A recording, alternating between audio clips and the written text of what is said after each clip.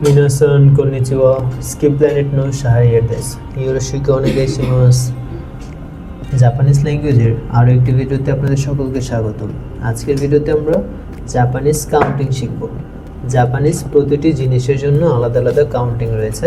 আজকে আমরা শিখব জাপানিজে কীভাবে বস্তু কাউন্টিং করতে হয়, যে কোনো ধরনের বস্তু, যেমন একটি আপেল বা একটি চেয়ার, বা আমরা যদি কোনো কাউন্টিং ভুলে যাই তখন আমরা এই নেটিভ জাপানিজ কাউন্টিং ব্যবহার করতে পারি।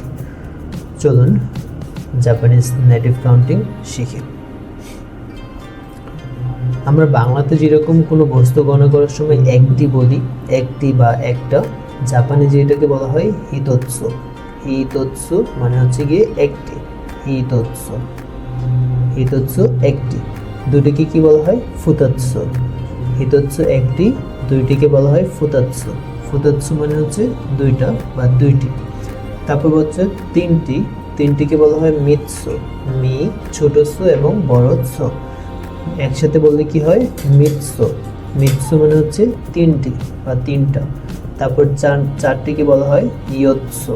ইয়োৎসু হচ্ছে গিয়ে চারটা, ইয়োৎসু চারটা।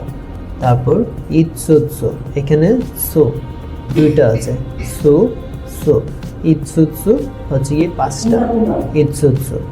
তারপর রয়েছে ছয়টি, ছয়টি হচ্ছে গিয়ে মুৎসু। মুৎসু মানে হচ্ছে গিয়ে ছয়টি, মুৎসু। তারপর ষাটটিকে বলা হয় নানাৎসু। নানাৎসু ষাটটি। তারপর আটটিকে বলা হয় ইয়াৎসু। ইয়াৎসু মানে আটটি।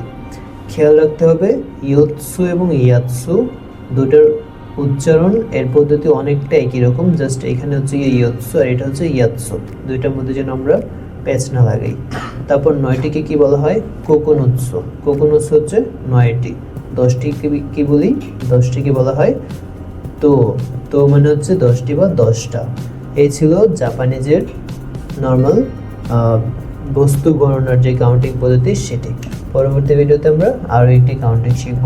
সকলকে ধন্যবাদ। আরিগাতো গোজাইমাসু।